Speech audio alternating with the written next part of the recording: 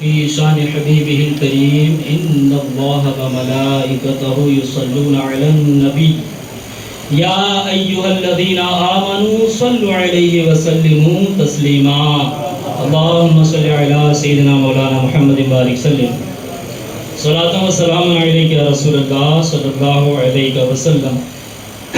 بلند آواز سے اس طرح پڑھیں جس طرح میرے آقا اعلیٰ حضرت امام اہل سنت الشاہ امام احمد رضا خان فاضل بریلی کہتے ہیں کہ دور نزدیک کے سننے والے وہ کان، دور نزدیک کے سننے والے وہ کان، کان لالے کرامت پہ لاکھوں سلام، کان لالے کرامت پہ لاکھوں سلام. اور ہم اس نبی پر درود بھیج رہے ہیں جن کے بارے میں آقا اعلیٰ حضرت فرماتے ہیں کہ سب سے اولا و اعلیٰ ہمارا نبی، سب سے بالا و والا ہمارا نبی، اپنے مولا کا پیارا ہمارا نبی، دونوں عالم کا دولہا ہمارا نبی. اور آخری میں کہتے ہیں کہ اے رضا جو غموں میں مبتلا ہیں، جو پریشانیوں میں مبتلا ہیں، انہیں مزدہ دے دو. کیا کہ غم زدوں کو رضا مزدہ دیجے کی ہے، بے قصوں کا سہارا ہمارا نبی. بلند آواز سے پڑھیں اللہم صلی علی سیدنا مولانا محمد بارک سلم صلاۃ و سلام علیک یا رسول اللہ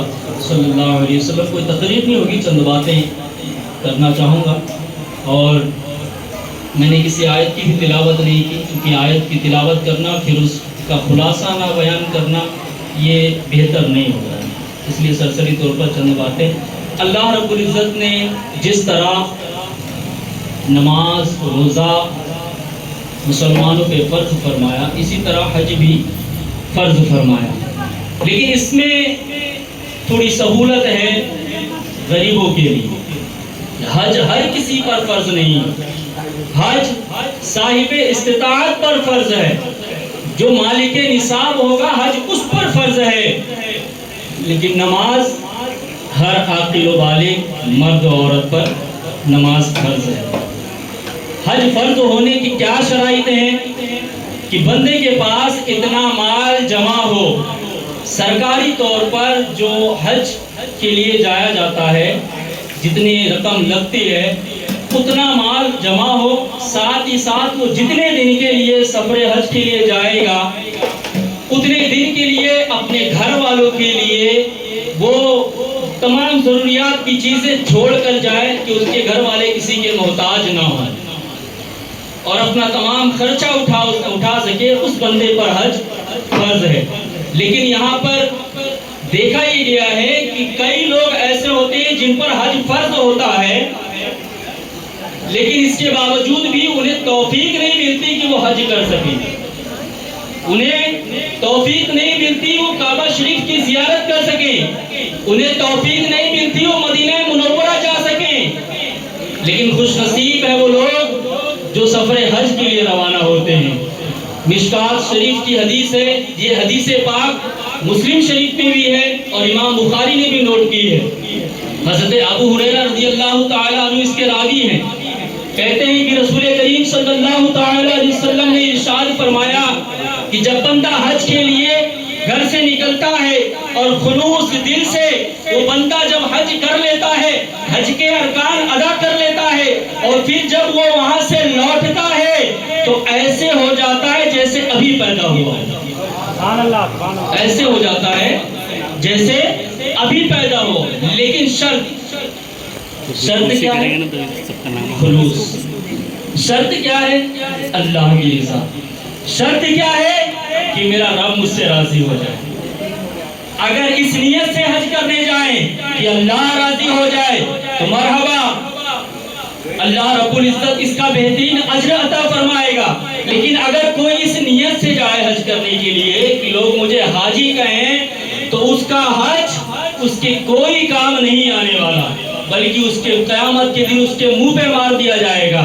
اسی لیے ہم نے جو بھی عمل کرنا ہے، جو بھی نیک عمل کرنا ہے، چاہے حج کر رہے ہوں، چاہے نماز پڑھ رہے ہوں، چاہے زکات دے رہے ہوں، چاہے کسی کی مدد کر رہے ہوں، ہمارا مقصد صرف اور صرف ایک ہونا چاہیے اور وہ یہ ہے کہ میرا رب مجھ سے راضی ہو جائے. میں یہ کام کر لوں میرا رب مجھ سے راضی ہو جائے، میں نماز پڑھ لوں میرا رب مجھ سے راضی ہو جائے، میں روزے رکھوں میرا رب مجھ سے راضی ہو جائے، میں نیک اعمال کروں میرا رب مجھ سے راضی ہو جائے. جب یہ نیت ہوگی تو انشاءاللہ تبارک و تعالی ہمارا نماز پڑھنا بھی فائدہ دے گا, ہمارا حج کرنا بھی فائدہ دے گا, ہمارا زکات دینا بھی فائدہ دے گا, ہمارا فطرہ دینا بھی فائدہ دے گا, ہمارا مسکینوں کی مدد کرنا بھی فائدہ دے گا, اور یہاں بھی فائدہ دے گا, انشاءاللہ آخرت میں بھی فائدہ دے گا. لیکن مقصد صرف اور صرف اللہ کی رضا ہونی چاہیے. ایک حاجی صاحب تھے, انہوں نے 3 مرتبہ حج کیا. تو اب وہ جب حج کر کے آ گئے تو ان کو بتانا تھا کہ میں نے 3 مرتبہ حج کیا ہے. کتنے مرتبہ؟ 3 مرتبہ حج کرنا ہے, کیا ہے. لیکن کوئی پوچھتا ہی نہیں تھا, کوئی پوچھتا ہی نہیں تھا کہ یہ کتنی مرتبہ حج کیے ہیں. تو انہوں نے ایک ترکیب نکالی کہ میں کیسے بتاؤں ان کو کہ میں نے 3 مرتبہ حج کیا ہے. تو ان کے گھر پہ جب مہمان آئے, کچھ مہمان آ کر بیٹھے, تو وہ اپنے گھر والوں سے کہنے لگے, پہلی مرتبہ جب میں حج کرنے گیا تھا نا, تو وہاں سے ایک پیالہ لے کر آیا تھا مکہ شریف سے, اس پیالے میں جناب کے لیے کھجور لے کر آ جاؤ. اچھا, دوسری مرتبہ جب حج کرنے کے لیے گیا تھا تو گلاس لے کر آیا تھا, اس گلاس میں شربت لے کے آ جاؤ. تیسری مرتبہ اب بھی جب حج کرنے کے لیے میں گیا تھا نا, تو تازے تازے کھجور لے کر آیا تھا, وہ کھجور لا کے مہمان کو دے. تو اس طرح انہوں نے بتا دیا کہ ہم بھائی ہم نے 3 مرتبہ حج کیا ہے. تو اگر کسی کی نیت یہ ہو کہ لوگ مجھے حاجی کہیں, تو دنیا میں تو لوگ اسے حاجی کہہ لیں گے, لیکن آخرت میں اس کے لیے کوئی حصہ نہیں ہوگا. اسی طرح حج کرنے کے بعد الحمدللہ ہم عاشق رسول مدینہ منورہ جاتے ہیں. ہم عاشق رسول اپنے پیارے آقا صلی اللہ علیہ وسلم کی بارگاہ میں حاضری دیتے ہیں, اور اس نیت سے حاضری دیتے ہیں کہ ہمارے کریم آقا صلی اللہ علیہ وسلم خود فرماتے ہیں, من زار قبری وجبت لہ شفاعتی, جس نے میرے قبر کی زیارت کی اس پر میری شفاعت واجب ہو گئی. اب میرے آقا تو فرمائیں کہ جس نے قبر انور کی زیارت کی اس پر شفاعت واجب ہو گئی. اور کچھ بدبخت ایسے بھی ہیں جو کہتے ہیں نہیں وہاں جانے کی کیا ضرورت ہے, بس حج کر کے آ جاؤ, مکہ شریف جا کے آ جاؤ, وہاں جانے کی کیا ضرورت ہے.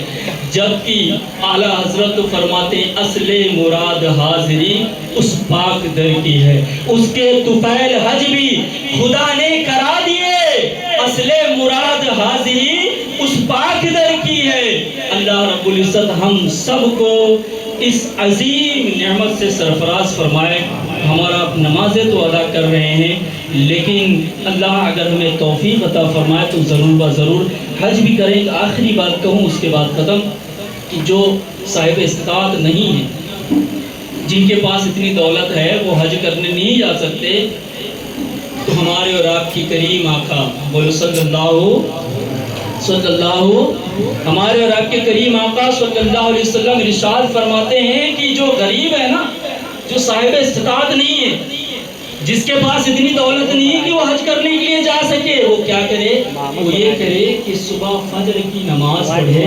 فجر کی نماز پڑھنے کے بعد سورج نکلنے تک وہ بیٹھا رہے. سورج آسان لفظ میں کہہ رہا ہوں, سورج نکلنے تک وہ بیٹھا رہے. جب سورج نکل آئے اس کے 20 منٹ بعد وہ 2 رکعت نفل چاشت کی پڑھ لے, اللہ رب العزت اسے مقبول حج کا ثواب عطا فرمائے گا. کتنا آسان ہے. اللہ رب العزت ہم سب کو کہنے سننے سے زیادہ اس پر عمل کرنے کی توفیق عطا فرمائے. میں مبارکباد پیش کرتا ہوں کہ اللہ رب العزت نے ہمارے نانا کو ماشاءاللہ سفر حج کی توفیق عطا فرمائی. ان کے ساتھ اور بھی کئی لوگ ہیں, انہیں بھی توفیق ملی. اللہ رب العزت سب کا حج اپنی بارگاہ میں قبول فرمائے, اور راستے میں آنے والی تمام پریشانیوں کو دور فرمائے. دراصل یہ پریشانی ہوتی نہیں ہے, اس کو مزہ کہتے ہیں, اس کو مزہ کہتے ہیں. لیکن پھر بھی اگر کوئی ایسی پریشانی آنے والی ہو تو اللہ رب العزت اپنے فضل و کرم سے اسے دور فرمائے. آمین بجاہ النبی الامین صلی اللہ علیہ وسلم. وما علینا الا البلاغ. السلام علیکم.